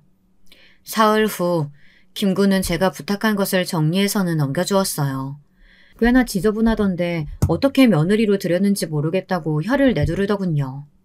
저 역시 자료를 훑어보니 욕이 저절로 튀어나올 정도였고요. 저는 이런 인간이 아들 앞에서는 온갖 가식을 다 떨고 저 앞에서는 뭐라도 되는 것처럼 굴었다는 것이 정말이지 소름이 돋을 지경이었습니다. 저는 이것을 어떻게 하면 가장 좋을까 고민이 되었어요. 이걸 가지고 며느리를 찾아가기에는 성에 차지 않았죠. 저는 며느리를 사회적으로 매장시키는 것은 물론 깔끔하게 아들 곁에서 털어낼 수 있는 방법을 선택하기로 결심했습니다. 김군은 기업 이미지가 가장 중요한 만큼 증권과 찌라시를 이용하는 것도 방법이라고 알려주더군요. 자신이 어느 정도 손을 쓸 수 있다고 하면서 말이죠. 저는 냉큼 그렇게 하겠다고 했답니다. 처음에는 고작 찌라시인데 얼만큼 파급력이 있을까 했는데 결론은 제가 생각했던 것 이상이더라고요. 김군은 자기들끼리 이 찌라시의 주인공이 누구냐 축축도 해가면서 그들만의 세상에는 소문이 쫙 퍼진다고 말했어요. 그리고 그 주인공으로 며느리의 이름이 종종 등장하고 있다고 제게 귀띔을 해줬습니다. 저는 소문이 어느 정도 퍼진 것을 확인하고는 이혼 서류와 함께 회사로 찾아갔어요. 사돈을 만나기 위해서였죠. 약속도 하지 않고 찾아가면 만나기 어렵지 않을까 고민했는데 의외로 바로 만날 수 있었어요. 며느리와 똑같은 족속이면 소송까지 불사할 정도의 각오로 찾아간 저는 대뜸 이혼 서류부터 내밀었습니다. 제 행동에 당연히 바깥 사돈은 당황한 기색이 역력했죠. 사돈, 이게 갑자기 무슨 소립니까? 이혼이라뇨? 둘 사이에 애가 둘이나 있는데 이혼이라뇨? 무슨 서운한 일이라도 있으셨습니까? 제가 아무리 무식해도 저 하나 서운한 일 있다고 아들을 이혼남으로 만들겠어요? 다 이유가 있어서겠죠. 그리고 그 아이들이 우리 아들 자식은 맞는 겁니까? 사돈, 말씀이 지나치십니다. 그럼 박서방 자식이 아니면 누구 자식이라는 거예요? 저는 헛웃음을 지으며 첫 번째 봉투에서 사진을 한가득 꺼냈습니다. 사진에는 며느리가 다양한 남자들과 진한 스킨십을 나누는 모습이 찍혀 있었어요. 김군이 어제까지 며느리를 따라다니면서 찍은 아주 따끈따끈한 사진들이었죠. 박가사도는 튀어나올 정도로 크게 눈을 뜨고선 사진을 떨리는 손으로 들어올렸습니다. 그 모습에서 박가사도는 며느리의 이런 미친 짓을 잘 모르고 있었음이 분명하구나 싶었어요. 그 댁따님은 신인 화가 발굴을 무슨 호스트바에서 하시나 봐요. 한두 군데를 다니는 게 아니던데요. 알아보니 호스트바에서 아주 큰 선으로 유명하시던데 이렇게 다니는 며느리 속에서 태어난 애들이 우리 손주가 맞을지 의문이네요. 이걸 도대체 사돈께서는 이런 걸 어떻게 손에 넣으신 겁니까? 그게 중요한 게 아니죠. 벌써 놀라시면 안 됩니다. 호스트바에서 즐긴 것 따위는 아무것도 아니니까요. 아마 최근에 엄청난 찌라시가 돌았다는 사실 들어보셨을 텐데요. 박가사도는 제가 찌라시 이야기를 꺼내자 잠시 무언가를 생각하더니 벌떡 자리에서 일어났습니다. 저는 지금 생각하고 있는 것이 이것이 맞냐며 두 번째 사진을 탁자 위로 쏟아냈죠. 두 번째 사진은 처음보다 좀 더 농도 짙은 스킨십이 이어지고 있었어요. 다만 첫 번째와 다른 것이 있다면 두 번째 보여준 사진에는 처음부터 끝까지 며느리와 한 남자만 등장한다는 것이었죠. 사진을 확인한 박가사도는 몸을 휘청이며 제대로 서 있지도 못했습니다. 당연히 그럴 것이 그 사진에 등장하는 남자는 며느리와는 사촌지간이더라고요. 입양을 했기 때문에 피는 섞이지 않았다고 해도 엄연히 같은 족보에 있는 사이인데 그게 정상적인 관계는 아니죠. 김군이 찌라시에 올린 내용도 바로 이 점이었고요. 박가사도는 당장 며느리를 불러오라고 소리를 질렀습니다. 그리고는 고개를 푹 숙이고는 아무런 말도 하지 않았죠. 얼마 지나지 않아 제가 왔다는 소리를 들었는지 아들이 올라왔더군요. 아들은 난장판이 된 방을 가만히 보더니 바닥에 흩어진 사진을 줍기 시작했어요. 저는 당장이라도 아들을 말리고 싶었지만 언젠간 아들도 알아야 할 상황이란 생각에 가만히 아들의 움직임을 눈으로 쫓기만 했죠. 아들은 그 자리에 서서 사진을 뚫어져라 바라만 보더군요. 곧 며느리가 들어왔습니다. 저를 본 며느리는 예상치 못한 인물이 등장했다는 생각이 들었는지 눈을 동그랗게 뜨고 보더군요. 물론 그것도 잠시 무슨 일로 자신을 불렀느냐고 밝은 소리로 말했죠. 그때까지도 아들은 가만히 사진만 보고 있었어요. 며느리는 아들에게 다가가 무슨 일이냐고 물었어요. 바로 그때였어요. 아들은 조용히 사진을 구기고는 며느리를 똑바로 바라보더니 공기가 찢어지는 소리가 날 정도로 크게 손을 휘둘러 며느리의 뺨을 내리쳤어요. 귀가 아플 정도의 소리가 울리고 그와 동시에 며느리의 째지는 고함 소리가 울렸어요. 며느리는 맞은 뺨을 부여잡고 이게 무슨 짓이냐고 소리를 질렀죠. 아마 박가사돈이 곁에 있다 보니 더 기세등등한 것 같았어요. 아들은 말없이 반대쪽 손을 올렸죠. 저는 다급하게 아들의 팔을 붙들고는 그럴 가치도 없는 사람이라고 말하며 말렸습니다. 며느리는 가만두지 않겠다고 아들에게 삿대질을 했지만 아들은 굳은 표정으로 며느리를 노려보고만 있었죠. 이제 며느리는 박가사돈을 바라보며 왜 가만히 있는 거냐고 소리를 지르기 시작했어요. 박가사돈은 비틀거리며 몸을 세우더니 며느리에게 다가가서 반대쪽 뺨을 거칠게 내리쳤죠. 그제야 며느리는 무언가 잘못되어 간다는 생각이 들었는지 겁에 질린 얼굴을 하곤 박가사돈과 저희를 번갈아가며 바라보았습니다. 내가 우리 아들 걸림돌이고 방해물이라 그랬지? 내가 보기에는 너 같은 거 만난 것이 우리 아들 인생에서 가장 최악의 순간일 거야. 고작 한다는 짓거리가 호스트바에서 남자나 바꿔 끼고 다니는 거냐? 거기다 그걸로도 모자라서 사촌이랑 붙어 먹어? 저는 며느리의 면전에다 제가 가지고 온 사진을 뿌리며 소리를 질렀습니다. 며느리는 허겁지겁 사진을 확인하더니 그대로 바닥에 주저앉더라고요. 저는 당장 이혼 서류에 도장을 찍으라고 말하면서 앞으로 두 번 다시 우리 아들 곁에 어슬렁거리지 말라고 말했습니다. 박가사도는 두 손으로 얼굴을 가리고는 무너져 내리듯이 소파에 앉으셨고요. 아들은 피가 맺힐 정도로 강하게 주먹을 꼭 쥐고서는 한 글자 한 글자 이를 갈며 말했어요. 이혼으로 안 끝나. 이대로 내가 끝낼 것 같아? 지옥 끝까지 쫓아가는 한이 있어도 너랑 그 남자 용서하지 않을 거야. 차라리 죽여달라는 말이 나올 정도로 복수할 테니까 두고 봐. 여보, 그게 아니라 내가 진짜 잘못했어. 정말 불장난이야. 진짜 아무 살도 아니야, 여보. 불장난? 너는 사촌이랑 그런 짓까지 했으면서 불장난이란 말로 덮을 수 있을 것 같냐? 어머니, 제가 잘못했어요. 진짜 장난이었어요. 아무 사이도 아니에요, 어머니. 저는 매달리는 며느리의 두 팔을 가차없이 밀치고는 며느리가 제게 했던 것과 똑같은 말을 했습니다. 사람이 염치가 있어야지. 남의 자식 앞길을 그렇게 망쳤으면서 어디서 용서해달란 말이 나와? 가시죠, 어머니. 더 이상 상종할 필요도 없어요. 아들은 본인도 충격으로 힘들 텐데 제 손을 잡고 부사장실을 나섰습니다. 등 뒤로 며느리의 울부짖는 소리가 들렸지만 저희의 발걸음은 그 어느 때보다 힘찼죠. 그 뒤로는 여러분이 상상하시는 것처럼 아들은 며느리와 이혼을 했습니다. 손자들에 대한 유전자 검사를 의뢰했는데 두 아이 모두 아들의 자식은 아니었습니다. 심지어 두 아이의 아버지도 서로 달랐고요. 하지만 아들은 아이들만큼은 자신이 키우고 싶다고 말했어요. 자기 핏줄은 아니지만 지금껏 자식이라고 생각하고 키워왔다며 앞으로도 그 마음은 바뀌지 않겠다고 하더군요. 당연히 쉬운 일은 아니겠죠. 아이들을 볼 때마다 며느리를 생각할 거고 그럼 죄 없는 아이들이 미워지는 순간도 있을 거예요.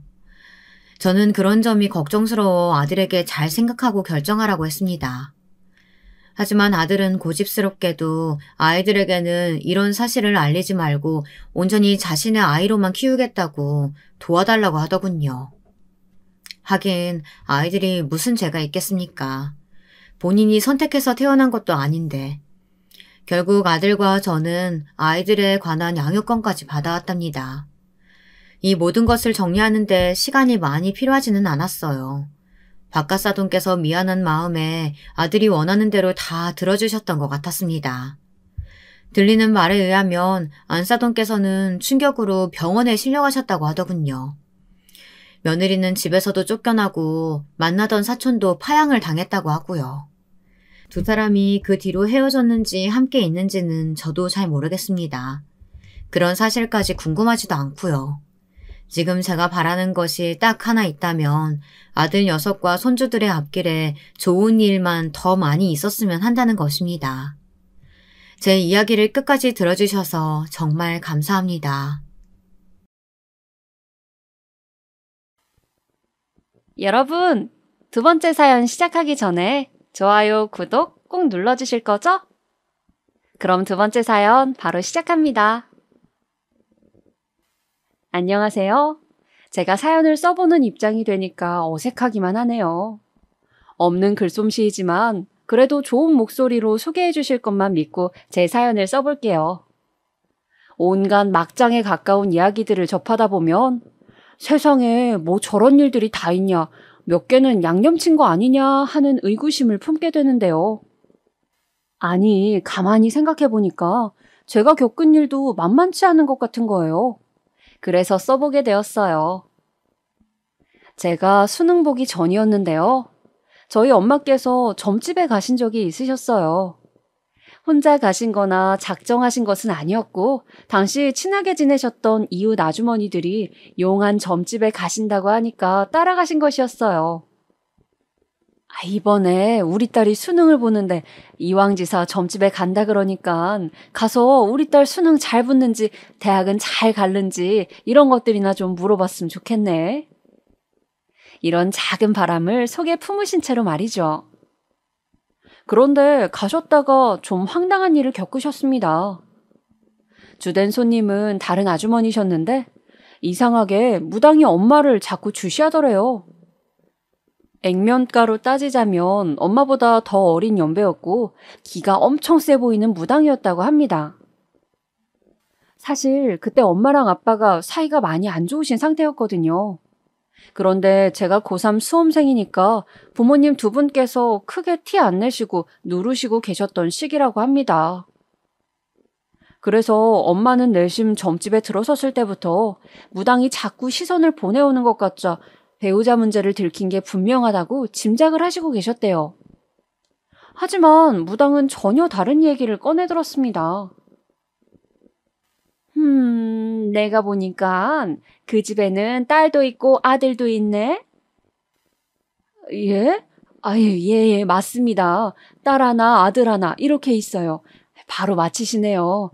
저희 애들한테 혹시 무슨 일이 있는 걸까요?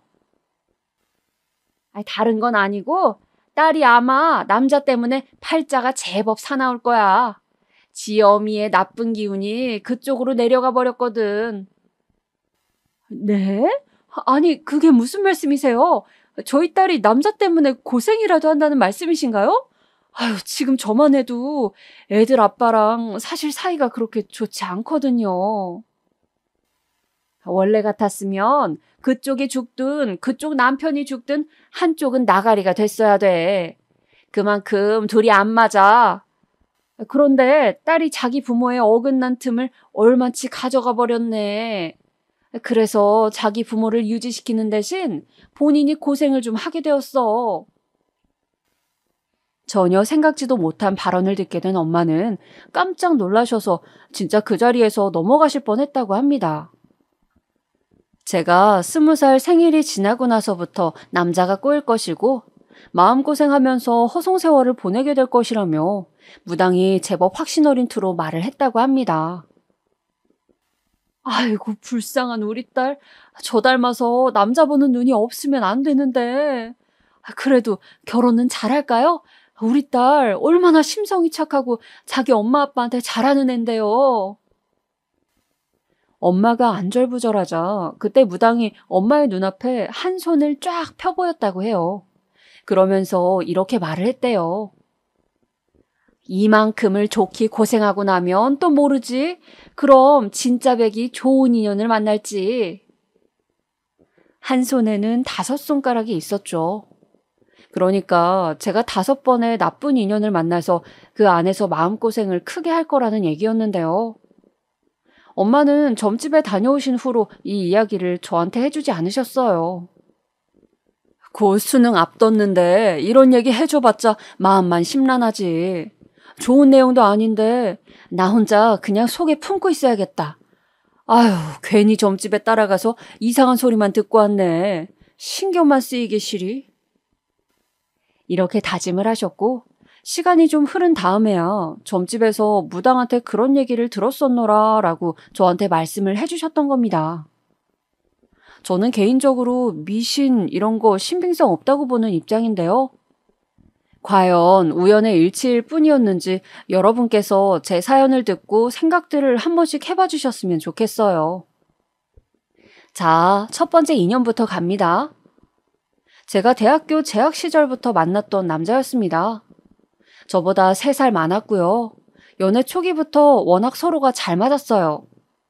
대신 중간에 감정이 상해서 헤어진 적은 있었습니다. 그러다가 10개월 만에 다시 사귀게 되었죠. 한번 헤어졌더니 서로에 대한 존재감을 명확히 알 수 있었어요. 그래서 다시 사귀게 되었을 때는 사뭇 더 진지해졌습니다. 가벼운 연애가 아니라 결혼을 지향하는 만남이 되어 있었죠. 이 남자랑 결혼을 생각하고 있을 때 저희 부모님은 이혼하신 상태였습니다. 오랜 불화를 겪으신 두 분은 끝내 갈라서기로 하신 것이었죠. 그리고 이 남자 또한 이혼 가정이었는데요. 이 남자가 중학교 1학년 때 부모님이 이혼을 하셔서 그 후로는 쭉 어머님과 살아온 경우였습니다. 아버님 같은 경우에는 이혼 직후부터 연락이 잘 안 되었고 대면대면하다고 하였습니다. 저희가 그때 둘 다 사회 초년생이었고 양가 경제력 수준도 비등비등했어요. 모아놓은 돈이 딱히 있는 것도 아니었고 노후 보장이 잘 되어 있는 것도 아닌 그저 그런 수준들이요. 하지만 저희는 서로만 바라보며 사랑이란 믿음 아래 결혼을 하고자 했던 것입니다. 젊었고 앞으로 경제활동을 하면서 돈을 계속 잘 모을 자신이 있었고 대출도 무난하게 받을 수 있을 거라고 생각했으니까요. 정말 여기까지는 아무런 문제도 없었습니다. 그런데 한창 결혼 얘기가 오가고 있던 어느 날 이 남자가 저한테 그러더라고요. 우리 결혼하면 우리 엄마 모시고 살았으면 좋겠어. 여기서 우리 엄마는 너네 엄마를 말하는 것이었죠. 제가 당황한 채로 대답했습니다. 좋아, 우리 엄마도 같이 모시자. 두 분 함께 모시면 그림 예쁘겠네. 그랬더니 표정이 아주 싹 굳더라고요. 장모님께는 우리가 필요 없잖아. 금쪽 같은 아들이 따로 있는데 뭐하러 딸 도움을 받고 싶어 하시겠어? 무슨 소리야. 내 동생 걔 아직 취업도 못한 대학생이야. 그런데 엄마한테 걔가 뭘 해줄 수 있겠어. 그래도 딸은 결혼하면 출가 외인이라고 하는데 아들이 모시는 게 맞지. 그래서 내가 우리 엄마 모시고 싶다는 것이고. 근데 오빠 대학 다니는 내내 그리고 지금까지 혼자 자취했잖아. 그런데 갑자기 왜 어머님을 모시고 싶다고 하는 거야? 결혼하면 없던 효심이 생기는 거야?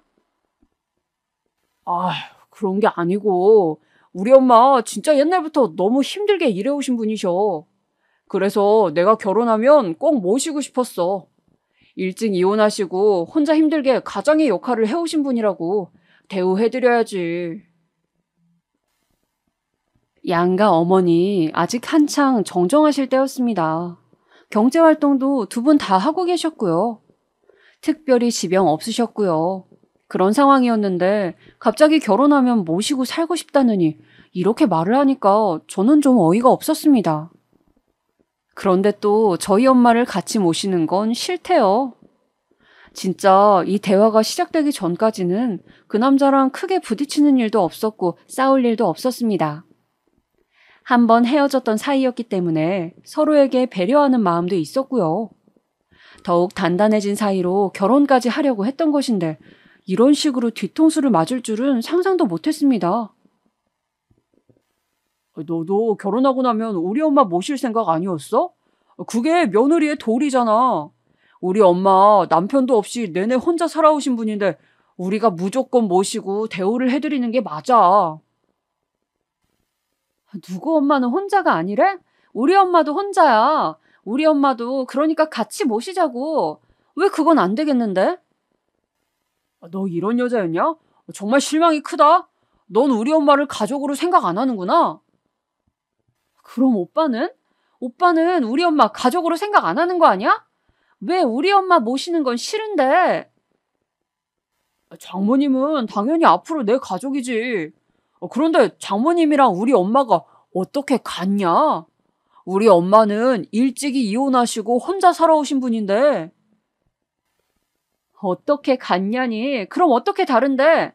우리 엄마도 혼자야. 그리고 오빠는 우리 결혼하면 내가 살뜰하게 며느리 노릇하길 바라는 거잖아. 그러면서 본인은 사위로서 책임을 많이 지기 싫은 거잖아. 내 말이 틀렸어? 져줄 문제가 아니었기 때문에 저는 조목조목 저 할 말을 다 했습니다. 그랬더니 점차 그 남자는 말을 잃어가더라고요. 나이 어리고 사회 경험 아직 부족한 저랑 낼름 결혼해서 부려먹기라도 할 작정이었나 보죠. 그 이면을 알게 되니까 정말로 충격이 컸습니다. 인간적인 배신감이 들더라고요. 나는 오빠랑 부부가 되고 싶었던 것이지 시어머니의 며느리가 되고 싶었던 게 아니야. 지금까지 혼자 유유자적하게 살았으면서 결혼하고 나서 효자 노릇하고 싶다는 말이 진짜 웃긴다. 그리고 그 효도 나보고 하라는 거겠지. 나는 그럴 생각 없어. 그러면 뭐야? 지금 나랑 결혼 안 하겠다는 얘기야? 그냥 우리 엄마 모시고 살겠다고 하면 될 것이지. 이게 결혼을 물을 정도의 일이야? 너 대체 왜 우리 엄마를 그렇게까지 모시기 싫어하는 건데? 말이 안 통했습니다. 진짜 이런 남자일 줄은 몰랐어요. 마음이 차갑게 식었고 상대할 가치조차 못 느꼈습니다. 이별 통보했고 계속 추잡하게 연락이 오길래 번호도 차단했어요. 그랬더니 며칠 뒤에 저희 집 앞에 찾아왔습니다. 술에 취한 채로 찾아왔고 저를 보자마자 손찌검을 날리더군요. 마침 집 앞에서 담배를 피우고 계셨던 주민분께서 그 상황 보자마자 끼어들어서 말려주셨고요. 근처에 순찰 중이던 경찰차도 금방 와서 일단락될 수 있었어요. 정말 불행 중 다행이었죠. 완전히 깔끔하게 정리가 되기까지는 시간이 조금 더 걸렸지만 그래도 관계를 청산할 수 있어서 다행이었습니다. 지금 생각해도 놀라운 건 그 대화 이전까지는 그런 낌새조차 못 느껴봤단 사실이었어요. 그 남자와 함께 보냈던 시간들이 전부 오염된 느낌이었습니다. 온통 더럽혀진 기억만 남긴 채 마무리가 되었죠. 두 번째 인연은 꽤나 황당했습니다. 혹시 살면서 주변에 식탐 강한 사람 겪어보신 적 있나요? 저는 바로 이 남자가 해당이었어요. 웃긴 건 또 뭐냐면요. 결혼 준비 이전까지는 이걸 심각하게 체감하지 못했었다는 겁니다. 결혼 얘기가 오가면서부터 이 남자가 본색을 드러낸 거였죠. 사람이 먹는 것 가지고 가장 치사해진다는 게 뭔지 이때 제대로 체감했습니다. 다들 치킨 좋아하시죠? 저희도 치킨을 좋아했던 커플이었어요. 특히 각자의 집에서 데이트를 할 때면 치킨을 시켜다가 TV를 보곤 했습니다. 그런데 치킨이 오고 나서 제가 손을 씻으러 간다거나 나무젓가락을 챙기러 간다거나 콜라 따를 컵을 가지러 간다거나 이렇게 움직이고 나면 반드시 사건이 발생합니다. 무슨 사건이냐고요? 닭다리 실종 사건이요. 방금 배달 와서 따끈따끈한 그것을 허겁지겁 먹어치우더라고요. 치킨 한 마리 시키면 닭다리가 2개잖아요. 저 움직인 사이에 닭다리를 하나 먹습니다. 그리고 제가 앉을 때면 남은 닭다리 하나를 자기 손에 쥐고 있습니다. 결론은 2개 다 자기가 먹겠다는 거죠. 냉면 시키면 계란이 그 안에 있잖아요. 그러면 그 남자는 꼭 자기야, 내가 면 잘라줄게. 이런 수를 쓰면서 제 몫의 계산을 슬쩍 가져가 버렸습니다. 자기 입에 쏙 넣어버리는 거 진짜 얄밉고 어이가 없더라고요. 어느 날은 제가 그 꼬라지 보고 정이 떨어져서 먼저 자리를 떴습니다. 그랬더니 그 이후에 딱 한 번 안 그랬고요. 그 다음부터는 다시 시작되더라고요. 라면에도 계란 넣으면 일부러 다 안 풀어요. 계란 형태 남겨서 자기가 그거 먹으려고요. 다들 물회 뭔지 아시죠? 양념된 시원한 물에 채소랑 회 넣고 먹는 거잖아요. 이게 양념 맛으로 먹는 거라지만 본질은 회입니다. 그거 누가 모르나요? 그런데 이 남자는 회만 쏙쏙 골라 먹었어요. 제가 너무 황당해서 채소만 남은 걸 젓가락으로 휘젓고 있으면 이 남자는 멋쩍은 목소리로 말했었죠. 아유, 자기야. 자기는 이런 거 풀 많이 먹어야 예뻐져. 이런 게 살도 안 찌고 건강에 좋아. 제가 분명 연애 초기에는 이 남자로부터 이딴 헛소리를 안 들었었단 거죠. 그런데 결혼 얘기 나온 후로 이렇게 되었습니다. 그 전까지는 먹는 걸 참 좋아하네 라는 정도였다면 그때부터는 걸씬 들려서 정신이 나갔나라는 의심이 들 정도로 변모한 것이었죠. 김치찌개에서도 돼지고기만 자기가 다 골라 먹고 저한테는 국물하고 김치만 떠주는 걸 보고 온갖 정남이가 떨어졌습니다. 진짜 억울했던 게 제가 이런 식탐을 보고 너무 기가 막혀서 따지면 오히려 저를 예민하고 이상한 사람으로 몰아갔다는 사실이에요. 너 오늘 어디 아프냐? 요즘 스트레스 많이 받지? 감정 조절이 안 되나 보네. 근데 그걸 왜 나한테 풀고 그래? 이런 식으로 저를 달래듯 훈계하듯 가르치듯 말을 하니까 당하는 입장에서는 약이 올라 미치겠더라고요. 무슨 어린애들도 아닌데 먹는 걸로 싸우고 다투는 것 자체가 웃기고 창피했고 이때는 이미 주변에 가까운 지인들에게 결혼하기로 했다고 말을 해둔 상태였기 때문에 더욱 미칠 것 같았습니다. 이 남자가 알고 보니 식탐에 미친 돼지라서 파혼하게 됐다는 말을 너무 쪽팔려서 할 수가 있었어야죠. 그래서 참아볼까도 했어요. 하지만 같이 밥을 먹을 때마다 이 남자는 저를 전혀 아끼거나 위하지 않는다는 생각이 들었고 그걸 떨칠 수가 없어서 결국 제가 파혼 선언을 했습니다. 네가 그런 걸로 나랑 헤어지겠다고? 진짜 웃긴 여자네 이거. 완전 또라이 아니야? 야, 너 나를 얼마나게 만만하게 봤으면 식탐 문제를 들먹이면서 헤어지자고 그러냐? 어? 그런데 이별 선언을 했더니 무섭게 돌변하더군요. 진짜 눈깔이 도는 게 실시간으로 보일 정도였어요. 이제 어디 가서 사람 못 만나겠다는 둥, 너같이 싸구려처럼 생각하는 여자는 이 세상에 없을 거라는 둥, 별별 얘기를 다 하더군요. 너무 어이가 없어서 저는 그냥 멍하게 있었습니다. 설마 이런 면모를 지닌 남자일 거라고는 생각하지 못했었거든요. 내심 이 견디기 힘든 식탐만 아니면 참 괜찮은 남자인데 이런 마음을 품고 있었어요. 그런데 그게 저의 오판이었던 겁니다. 괜찮기는 개뿔, 자격지심으로 똘똘 뭉친 남자였어요. 헤어지자는 말 저희가 자주 갔던 카페에서 했던 것인데 그때 저희가 각각 음료 한 잔씩이랑 와플을 하나 시켰었거든요. 계산은 그 남자가 했고요. 근데 이별 통보하니까 저보고 이거 돈 내놓으래요. 나 열받아서 미칠 것 같으니까 지금 이거 계산한 거 네가 돈 물어내라. 대체 내가 왜? 이거 와플도 오빠가 시켜서 오빠가 먹은 거잖아. 사람 마음 가지고 장난질 다 쳐놓고 결혼 얘기까지 다 나온 마당에 그딴 개소리로 헤어지자고 하는 여자한테 설마 내가 이런 것까지 계산해야 된다고? 너 지금 그 소리 하는 거야? 그리고 너 와플 한 입 먹었잖아. 네 포크에 묻은 자국이 다 말해주는데 어딜 발뺌하고 지랄이야. 와, 그 조용한 카페에서 고래고래 소리를 지르는데 저 진짜 살면서 창피해서 눈물 나보긴 처음이었어요. 이런 말까지 할 수 있는 남자일 줄은 몰랐습니다. 어떻게든 안전하게 이별할 수 있어서 그나마 다행이라고 생각했네요. 많이 먹는 거, 식탐 부리는 거, 그것 자체로는 용납할 수 있습니다. 그런데 그 과정에서 상대에 대한 배려가 조금도 보이지 않으니까 제가 도저히 결혼 상대로는 안 되겠다고 판단했던 것이었죠. 그러니 제가 다음번에는 얼마나 심사숙고했겠어요. 3번째 인연이었죠. 저는 2번째 그 식탐 많은 남자랑 헤어지고 나서 너무 크게 데인 나머지 연애 생각이 없었어요. 그런데 첫 직장에서 정말 친하게 지냈던 분이 소개팅 좀 받아보라고 하도 그래서 어쩔 수 없이 소개받았던 남자가 3번째 인연이 되었습니다. 벌이 수준이라든지 집안 경제력이 저보다 위였어요.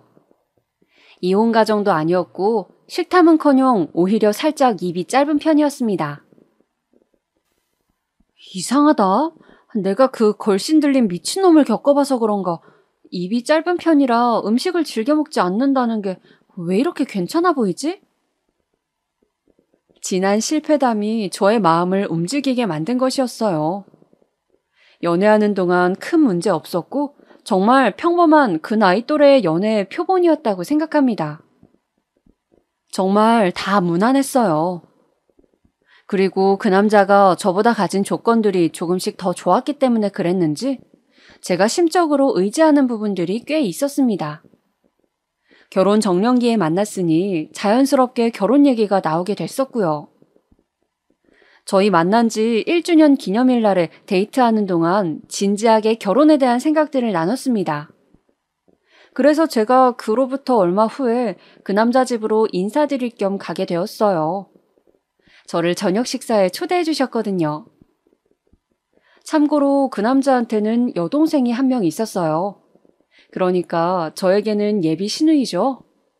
그 남자의 부모님까지 포함해서 총 5명이 식탁에 둘러앉아서 맛있는 저녁 식사를 먹었습니다. 신경 쓰신 티가 역력한 메뉴들을 보면서 저는 속으로 감탄 반, 감동 반, 심정을 가지고 음식을 먹었어요. 여기까지는 다 좋았습니다. 그런데 문제는요, 식사가 거의 다 끝나갈 때쯤 일어났어요. 어찌 보면 별거 아니었죠. 야, 가서 물 떠와. 그 남자가 자기 여동생한테 한 말이었습니다. 그랬더니 그 여동생이 입술 꼭 다문 표정이 되어서는 누나를 크게 굴리더라고요. 불만이 있다는 표시였죠. 이런 날에는 오빠가 떠마시지 왜 나를 시켜? 중얼중얼 거리더군요. 그랬더니 그 남자가 코웃음을 치는 겁니다. 이게 하늘 같은 오빠한테 까부네? 야, 잔말 말고 바로 일어나서 물 떠와라. 셋 센다. 하나, 둘. 낮은 목소리로 말하니까 그 여동생이 마지못한 태도로 자리에서 일어났습니다. 저는 너무 놀라서 그때부터 남은 밥을 먹는 둥 마는 둥이었던 것 같아요.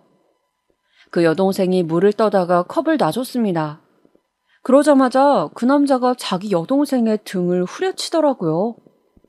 행동이 굼뜨다면서요. 세게 후려쳐서 퍽 소리가 났는데 저만 화들짝 놀랐고 그 여동생은 아픈지 인상 쓰면서 툴툴거리며 자리에 앉고 그런데 그 부모님 두 분은 아무렇지도 않아 하시는 거예요. 당사자인 그 남자가 태어난 건 말할 것도 없었고요. 갑자기 머리가 띵 울리는 느낌이었습니다. 그 자리에서는 그냥 아무 말 안 했고요. 다음날 그 남자한테 그 일을 물어봤습니다. 그랬더니 그 남자 전혀 당황한 기색도 없이 이렇게 말을 하는 게 아니겠어요? 지금은 내가 엄청 봐주고 있는 거야. 예전에는 내가 그냥 확 날라차기로 한 방 먹여주고 그랬었어. 자기 여동생한테 날라차기라뇨? 장난으로 말하는 줄 알았는데 진짜더라고요. 태권도 배웠던 경력을 살려서 여동생을 향해 돌려차기 기술도 많이 했었다는 얘기를 자랑스레 떠들길래 그 앞에서 너무 당황스러웠습니다. 머리 때리는 건 기본이라는 대목을 듣고 나서부턴 그 남자가 불편하게 느껴졌어요. 내 동생인데 내가 때리는 게 뭐 큰일이라고 그래? 그리고 주기적으로 한 대씩 그렇게 때려줘야 애가 안 기어올라. 옛날에는 그냥 맞았는데 이제는 머리 다 컸다고 애가 대들더라고. 전혀 문제의식 없는 그 발언에 저는 정이 확 떨어지고 말았어요. 불만 없었던 연애, 저보다 나은 조건을 가진 상대와의 결혼, 이런 것들이 더 이상 매력적으로 다가오지 않았습니다. 나중에는 이 남자가 내 아내인데 내가 좀 때리는 게 뭐 어때서? 이런 식으로 나올 미래가 그려졌습니다. 결국은 이 남자와도 헤어지게 되었죠. 아니나 다를까 헤어지는 과정에서 못된 성격을 좀 드러내더군요. 저한테 질낮은 쌍욕을 줄줄이 내뱉는 모습을 보고 제 안에 남아있던 한 줌의 미련마저 증발했어요. 사귀는 동안 그런 폭력적인 면모를 발견한 적이 없었기 때문에 설마 그런 측면이 있는 사람일 줄은 몰랐습니다. 그리고 저는 마마보이도 아니고 식탐되지도 아니고 동생이랍시고 여자를 때리지도 않는 사람을 만나게 되었습니다. 사연에 빠지다가 익명의 창구니까 제가 솔직하게 정말 가감없이 밝혀보는 부분인데요. 제가 만난 이 4번째 인연에는 색다른 문제점이 있었습니다.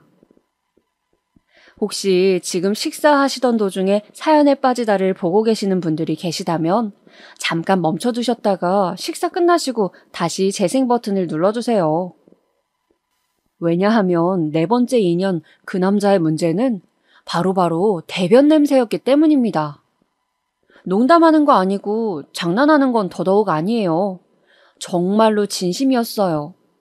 주변에서 저한테 너 남자친구랑 결혼한다는 거 아니었어? 그런데 헤어졌다고? 도대체 무슨 이유에서? 이렇게 물어봤을 때 저는 단 한 번도 진실을 밝힌 적이 없었어요. 남한테 이렇게 밝히는 건 지금 사연에 빠지다가 처음인 거예요. 도대체 뭘 먹고 그렇게 된 것인지 정말 궁금해서 미칠 지경이었을 정도로 대변 냄새가 지독하면서도 특이한 사람이었습니다. 저희 둘 다 어린 나이도 아니었고 매번 밖에서 데이트를 하기도 못해서 가끔은 서로의 공간으로 찾아가 시간을 보내곤 했어요. 그 남자가 금요일에 퇴근하면서 제가 살던 자취방에 왔다가 일요일 저녁에 자기 집으로 간 적도 몇 번 있었고요. 그렇게 되면 금요일, 토요일 이렇게 자니까 2박 3일이 되는 거잖아요. 이럴 때 제가 알게 되었던 거예요. 그 엄청난 대변 냄새를 말이에요. 이렇게 글로 적힌 걸로 접하시니까 이 사연을 들어주시는 분들은 그 냄새가 얼마나 심각했는지 상상할 수 없으시겠죠? 그 냄새는요, 지독하고 특이하기도 했지만 정말 신기했던 게 엄청 오래 간다는 것이었습니다. 냄새 분자가 다른 건지 환기도 잘 안 통했어요. 욕실용 방향제를 뿌려도 그때뿐이었어요. 오히려 대변 냄새에 방향제가 먹혀 들어갔다고 하면 얼마나 심각한 것인지 짐작이 좀 가시나요? 처음에 그 냄새를 접했을 때의 충격은 잊지 못합니다. 창문 열어서 싹 환기를 하고 변기를 빡빡 닦고 화장실 벽에 물 뿌리고 난리를 쳐도 그 대변 냄새의 잔향이 남아있었어요. 일단 싸면 최소 반나절은 냄새가 머물러 있는다고 보면 됐습니다. 제가 오죽하면 헛구역질을 하다가 눈물이 다 나왔다니까요. 제가 은근히 대변 냄새에 대해서 눈치를 주기 시작했는데 본인은 심각하게 생각 안 하더라고요. 이상하다. 난 잘 모르겠는데 요새 속이 좀 안 좋아서 그런가? 내가 요즘 소화가 잘 안 되긴 해. 이렇게 태연하게 맞받아치는데 그거 아니거든요. 하루 이틀 그런 냄새가 아니었어요.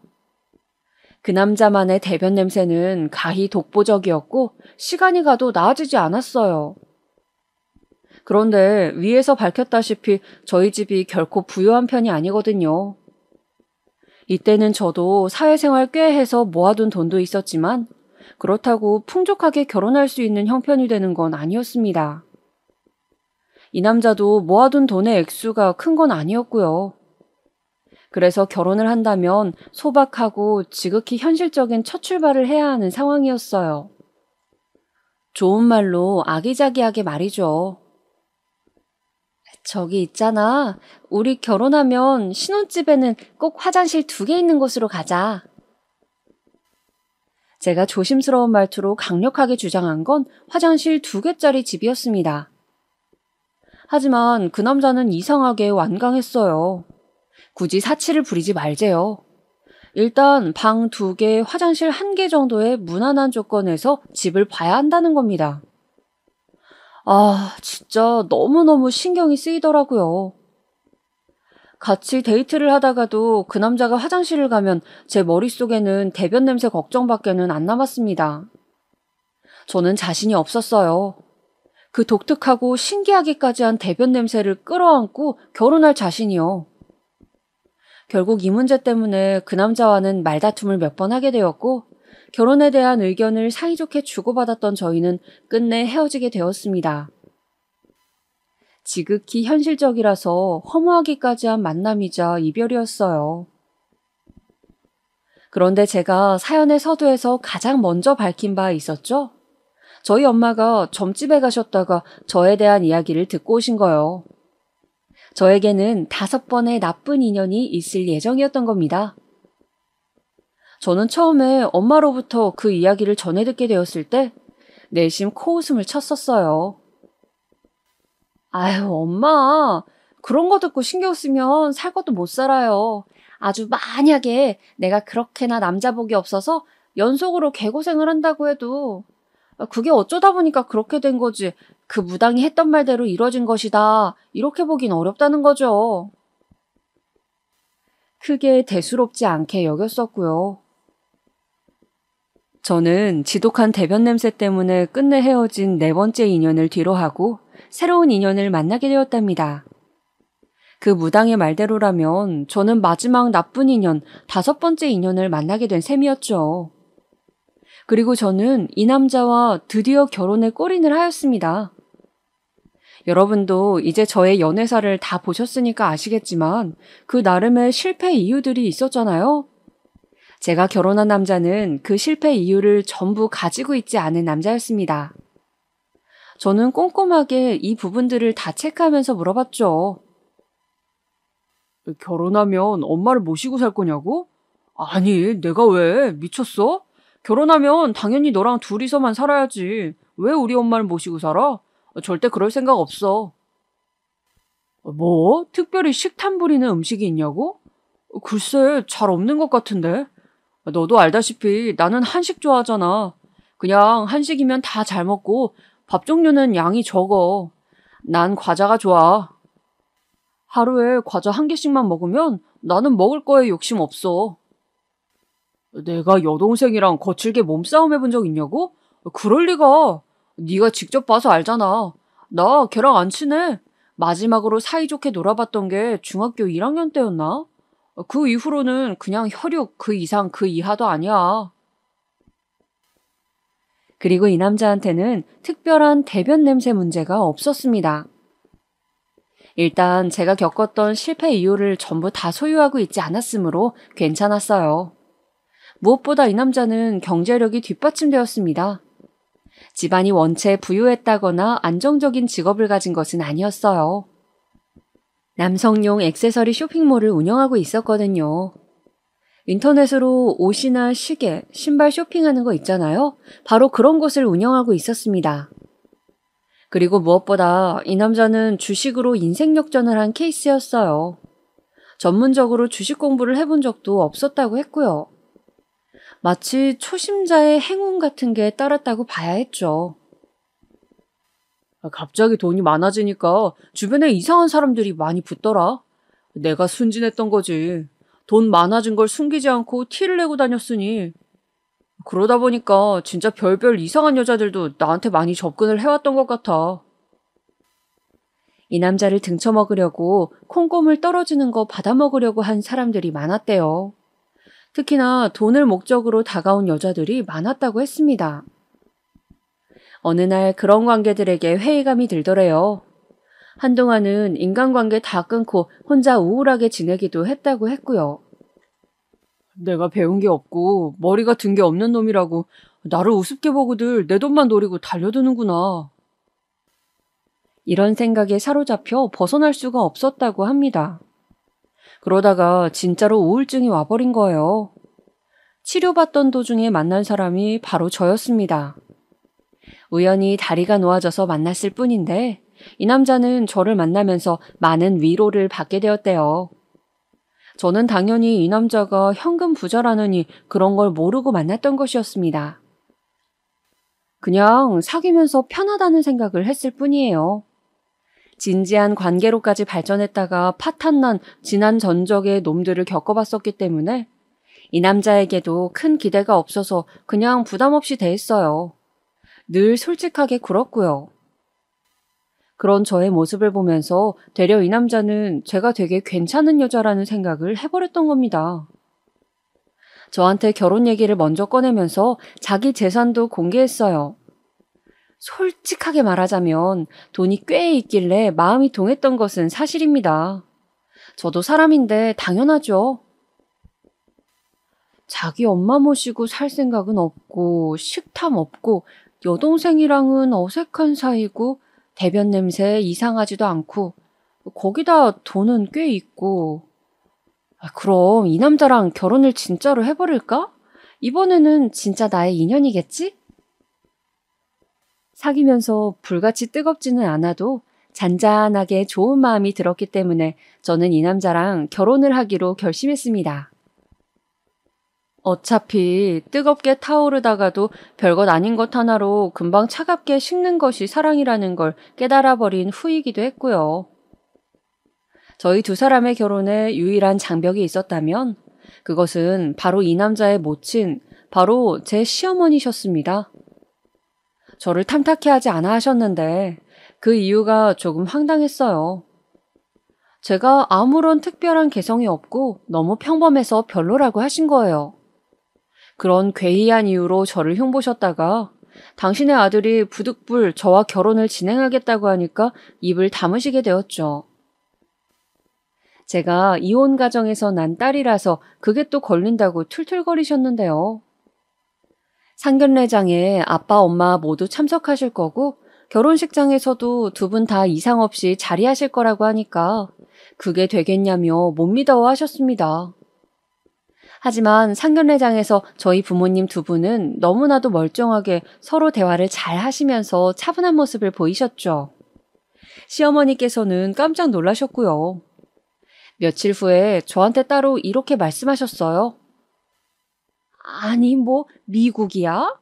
서양 사람들도 아닌데 이혼해서도 멀쩡히 대화하고 잘 지내는 게 내 눈에는 영 이상하다. 어떻게든 저의 꼬투리를 잡으려고 드시는 것 같길래 제가 분명하게 말씀을 드렸어요. 자식이 있으니까 그러시는 거죠. 저희 부모님 두 분께서는 부부로서 안 맞으셨을 뿐이지 사람 대 사람으로는 괜찮으세요. 그리고 나이가 들어가시는 만큼 서로의 존재를 오롯이 인정하고 존중하려고 늘 노력하시고요. 그랬더니 그 이후로 아무 말씀 못 하셨어요. 그렇게 저는 결혼까지 꼴이 나게 되었답니다. 드디어 말이에요. 저는 이때만 해도 이렇게 생각했어요. 사람 앞날 모르는 법이고 결혼할 인연은 따로 있다더니 그 말이 사실이었네. 내가 이렇게 홀라당 결혼을 하게 될 줄 나조차도 정말 몰랐으니까. 연애 기간이 긴 것은 아니었지만 서로가 참 잘 맞는다는 생각이 들어서 한 결혼이었습니다. 하지만 결혼 생활 초기부터 저는 난관에 봉착하게 되었어요. 어떤 것인지 예상 가시죠? 네, 시어머니 말입니다. 자기 엄마 안 모시고 살 거라는 남자랑 결혼하면 뭐 하나요? 이게 모시고 사는 건지 아닌 건지 가끔은 헷갈리는 시어머니셨던 것을요. 같이 안 사실 뿐이지 간섭이 정말 장난 아니셨습니다. 저한테 하루 한 번씩은 꼭 반드시 무슨 일이 있어도 카톡 메시지를 보내라고 하셨어요. 안부 묻는 차원에서 말이죠. 그리고 일주일에 한 번은 안부 전화를 따로 받길 원하셨습니다. 이것까지는 그렇다고 치는데요. 저도 출퇴근하는 사람이었어요. 직장이 있었다고요. 그런데 직장 생활하는 저한테 시도 때도 없이 연락하시는 것에 스트레스를 많이 받았습니다. 도대체 며느리 들이기 전에는 혼자 심심해서 어떻게 사셨을까 그게 의문이었다니까요. 결혼하고 3개월 차 저희 부부가 각자 아침 식사를 해결하는 걸 아시게 되곤 뒤로 넘어가셨습니다. 이유는 자명했죠. 내 아들한테 왜 아침밥 안 차려주니? 하지만 남편은 고등학교 졸업 이후로는 아침에 따뜻한 쌀밥을 먹어본 게 손에 꼽을 정도로 드물다고 하더군요. 아침에 그런 밥 종류가 먹히는 스타일도 아니라고 했고요. 제가 연애 때 살펴봐도 그런 입맛이 아니었거든요. 아침에 밥 종류는 잘 안 먹는 사람이었어요. 그럼에도 시어머니께서는 박박 우기셨습니다. 이제 장가 들었으니까 다르게 살아야지. 그게 맞지. 여태까지 따뜻한 밥에 국에 반찬에 이런 아침을 못 먹었으니까 앞으로는 먹어야 될 것 아니니? 너무 어이가 없었지만 시어머니의 말씀 그 일부에는 저도 동의가 들었어요. 어떤 일부냐면 장가 들었으니까 다르게 살아야 한다는 대목이었습니다. 남편은 컴퓨터를 너무너무 사랑하는 사람이었어요. 결혼 직후에는 안 그랬는데 시간이 좀 지나자 본색을 드러내면서 컴퓨터에 미쳐서 살았습니다. 한번 게임을 시작하면 4시간은 기본이었어요. 어떨 때는 아예 밤을 새가면서까지 게임을 하기도 했죠. 업무적으로 컴퓨터를 하는 거면 제가 뭐라 안 그랬겠죠. 그런데 게임에 푹 빠져서 그놈의 헤드셋 귀에다 끼고 제가 뭐라고 말을 해도 들리지 않으니까 저의 존재는 완전히 뒷전이고 그 꼬라지를 보기 싫었던 거예요. 이건 뭐 부부인지 아니면 한 집에 사는 남남의 동거인일 뿐인지 구분이 안 가더라고요. 그러다가 제가 결혼 7개월 차에 임신을 하게 됩니다. 그리고 정말 안타깝게도 제가 그때 직장에서 스트레스를 받는 일이 좀 있었거든요. 아무래도 그런 것들이 겹쳤나 봐요. 금방 유산이 되었어요. 그런데 이걸 가지고 시어머니께서 저한테 엄청 잔소리를 해대시는 거예요. 네가 네 몸 관리를 못해서 이렇게 된 것 아니니? 너는 멀쩡한 생명 하나를 죽인 거야. 아니, 평생 이때의 죄책감을 안고 반성하면서 살아. 그런 말씀을 하시는데 그 앞에서 제가 너무나도 큰 서러움을 느꼈습니다. 차마 시어머니 앞에서 울기에는 자존심이 상해서 뒤에서만 펑펑 울었어요. 임신 사실을 안 지 얼마 되지 않아서 바로 유산이 되었기 때문에 가장 허무하고 힘든 것은 저였는데 왜 시어머니께서 유별나게 구시는지 이해도 안 되었고요. 남편에게 시어머니의 이런 작태에 대해서 전부 말을 해보았지만 별다른 위로를 받을 수는 없었습니다. 저에게 큰 공감도 못하는 눈치였어요. 남편의 가장 큰 문제점이 있다면 바로 이런 부분이었죠. 자기 감정, 자기만의 감수성 이런 것엔 예민한데 남의 슬픔이나 아픔은 기피하려고 들었어요. 남의 감정을 자기 안으로 끌어들이려고 하지 않았습니다. 막말을 퍼부은 시어머니나 자기 아내가 유산했음에도 진심 어린 위로를 건넬 줄 모르는 남편. 이 사건으로 저는 충격을 받았고 이직을 택하게 되었어요. 그 전 직장에서 스트레스를 워낙 심하게 받았던 게 1차적인 문제였으니까요. 이직한 직장은 거의 재택근무로 업무를 처리하는 곳이었습니다. 한 달에 사무실 출근하는 횟수는 10번 정도 되었고 나머지는 집에서 근무하는 방식이었죠. 제가 집에서 머무르는 시간이 늘어나면 남편도 정신 차리고 바깥 활동을 하면서 게임에 몰두하는 시간도 줄어드는 효과가 있을 것이라 기대했습니다. 지지부진한 인터넷 쇼핑몰도 좀 더 신경을 쓰길 바랐고요. 이직을 하고 나서 집에 있는 시간이 늘어나다 보니까 저는 자연스레 집안일에도 할애를 더 많이 하게 되었는데요. 이때부터 본격적으로 가계부를 쓰기 시작했는데 완전히 골머리를 앓았습니다. 이럴 거면 차라리 모시고 사는 게 더 낫지 않나 싶을 정도네. 시댁 식구들에게 들어가는 돈이 왜 이렇게 많아? 이 정도면 다달이 500만 원은 되겠는데? 속이 부글부글 끓더라고요. 너무 막대한 돈이 시댁으로 들어가고 있었으니까요. 하지만 저는 이 문제로 가타부타 말은 안 했습니다. 왜냐하면 그렇게 들어가는 돈의 출처는 남편이었으니까요. 남편이 자기 돈에서 자기 집안에게 떼어준다는데 제가 그걸 가로막을 명분이란 부족해 보였습니다. 한쪽이 경쟁력으로 기우는 결혼을 하면 이게 문제인 것 같았어요. 확실히 주도권, 발언권이 돈이 더 많은 쪽에게 있다는 느낌을 지울 수가 없었죠. 시댁에 들어가는 그 큰 돈 아껴서 열심히 모으거나 재테크를 하면 저희 부부의 미래에 더 도움이 될 거라 생각했지만 어차피 씨알도 안 먹힐 것 같아서 저는 말을 참고 있었습니다. 그런 저의 인내가 패착을 불러온 것일까요? 저희 결혼 1주년을 앞두고 있던 어느 날이었습니다. 남편은 술을 진탕 마신 채 만취 상태로 집에 기어들어왔어요. 도저히 두 발로 똑바로 걷고 있다고 볼 수 없었으니 기어들어왔다는 표현이 딱이었습니다. 술 냄새. 진짜 미쳤어? 요즘 세상에 누가 이렇게 술이 떡이 되도록 마시냐고. 고주망태가 따로 없는 남편에게 잔소리를 해댈 때였죠. 만취 상태에서 제 목소리가 들리기나 할까 하는 생각이 들던 순간이었습니다. 남편이 우는 소리를 내면서 저한테 이렇게 말하는 것이 아니겠어요? 나 돈 날렸다? 몽땅 날려버렸다? 나 한강에 뛰어들까 하다가 겁이 나서 못 그랬어. 이렇게 술을 마셔도 무서운 건 무서운 거더라. 이게 무슨 얘기인가요? 돈을 몽땅 날렸다니요. 깜짝 놀라서 남편에게 채근을 해보았지만 금세 골아떨어진 뒤였습니다. 저는 그날 잠이 안 와서 날밤을 새다시피 했어요. 아침에 남편을 깨워다가 콩나물 꼭 먹이면서 물어봤습니다. 돈 날린 거 무슨 얘기냐고요. 그랬더니 남편이 손에서 수저를 떨어뜨렸습니다. 자기가 술김에 그 소리를 해버렸냐면서 손을 덜덜 떨고 있었죠. 저는 당장에 진상을 캐물었고 입을 꼭 다물고 있던 남편은 잠시 후에 이실직고를 하였어요.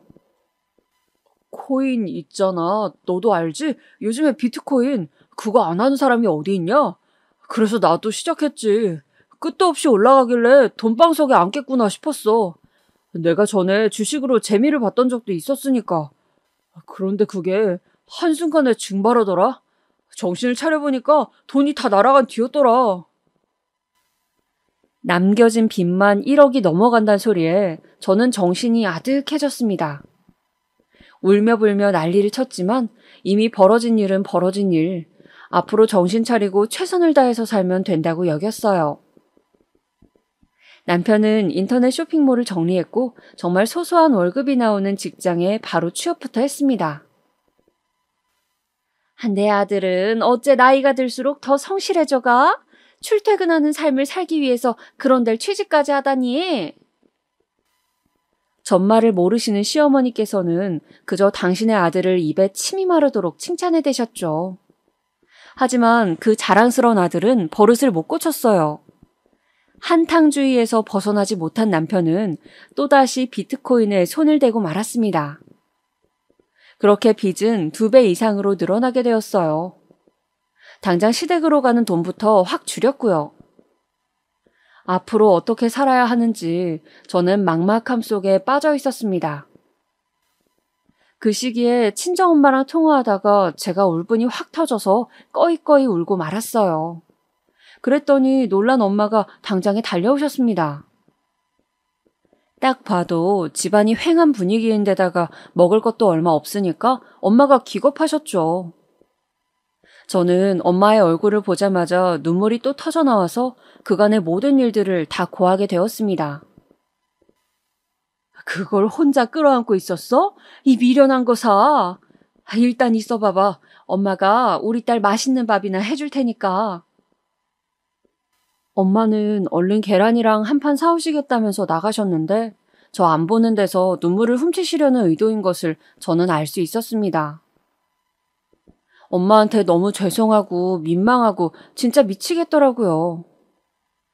감정 다스리고 엄마랑 다시 차분하게 대화를 해볼 생각으로 저는 커피를 준비하고 있었어요. 그런데 그때 시어머니께서 들이닥치신 겁니다. 제가 사흘째 시어머니의 연락을 피하고 있었거든요. 그 어떤 감정 소모를 할 기력도 없어서요. 네가 그랬다며? 네가 네 시댁 사람들한테는 돈 많이 줄 수 없다고 그랬다면서. 비겁한 남편에게 어떤 잘못된 말을 듣고서 저한테 그러시는 건지 저는 궁금하지도 따질 생각도 들지 않았습니다. 그저 너무 피곤할 따름이었어요. 그때 커피포트에서 물이 다 끓었다고 소리가 나더라고요. 그러자 제가 꺼내놓은 커피를 눈짓하신 시어머니께서는 갑자기 화가 치밀어 오르셨는지 제 뺨을 세게 치셨습니다. 내 아들이 벌어오는 돈으로 호의호식하는 주제에 니까짓 게 뭔데 의견을 내세우고 지랄이야? 그 돈이 네 돈인 줄 알아? 네가 뭐라도 된 것 같으니? 내 아들 돈은 내 돈이나 다름없어. 뺨을 부여잡은 채로 저는 부엌 바닥에 주저앉아 있었습니다. 한숨을 푹 내쉬던 그 순간 찰싹 하는 소리가 들렸어요. 저는 놀라서 고개를 들었습니다. 어느새 돌아오신 엄마가 시어머니의 뺨을 후려치신 것이었습니다. 네 아들 쫄딱 망했어. TV에 나오는 코인인지 하는 거 시작했다가 빚만 얻었다고. 수억짜리 빚. 그래, 그것도 재산이니까 네 아들 빚 네가 끌어안아. 내 딸은 네 아들하고 당장 이혼할 거니까. 시어머니께서는 도저히 믿을 수 없다는 표정으로 엄마와 저를 번갈아 쳐다보실 뿐이었습니다. 그럴 리가 없다면서 말이죠. 하지만 묵묵한 저의 눈빛이 답변이 되어주었고 시어머니께서는 이윽고 자리에 스르륵 주저앉으셨습니다. 아니야, 내 아들이 그럴 리가 없어. 내 아들이 망했을 리가 없어. 절대 아니야. 넋이 나가서 울기 시작하셨고 저는 조용히 제 짐을 챙겼습니다. 그 집을 나설 때 엄마는 제 한쪽 손을 꼭 잡고 계셨어요. 그 순간 저는 무조건 이혼해서 새 출발을 하겠노라는 다짐을 하였습니다. 일련의 일들로 제 정신력이 너무 약해져 있었는데 정신 차릴 결심이 든 것이었죠. 크고 작은 사건들이 또 있긴 했습니다만 결국 저는 무사히 이혼을 할 수 있었습니다. 이렇게 5번의 인연이 떠나갔어요. 옛날에 그 무당말이 사실이었다면 저는 앞으로 진짜 백이 인연을 만나게 되는 걸까요? 솔직히 아무런 기대는 없어요.